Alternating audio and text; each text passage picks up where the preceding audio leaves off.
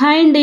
చూసారా మా చెట్టుకి ఎన్ని మామిడికాయలు ఉన్నాయో? ఇన్ని మామిడికాయలు ఉన్నా కూడా ఈ 10 డేస్ తినడానికి కుదరలేదు. ఎందుకంటే మా వాళ్ళందరికీ ఫ్యామిలీ మొత్తానికి వైరల్ ఫీవర్స్ అయితే వచ్చేసాయన్నమాట. ఇంక అందుకే తినకూడదనేసి ఇంకా తినలేదు. అందుకనేమో మా చెట్టుకున్న మామిడికాయలు కూడా బాగా యెల్లో కలర్‌లోకి వచ్చేసి ముగ్గిపోయాయన్నమాట.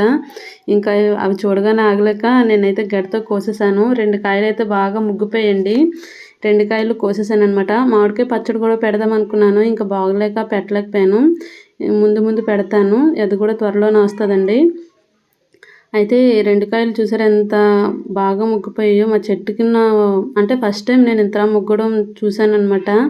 ఎప్పుడూ ఇంతలా ముగ్గడం చూడలేదు. ఎందుకంటే పరువు తగలగానే రాలిపోతూ ఉంటాయి.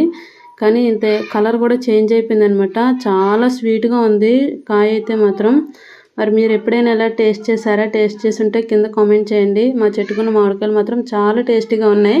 Bye bye.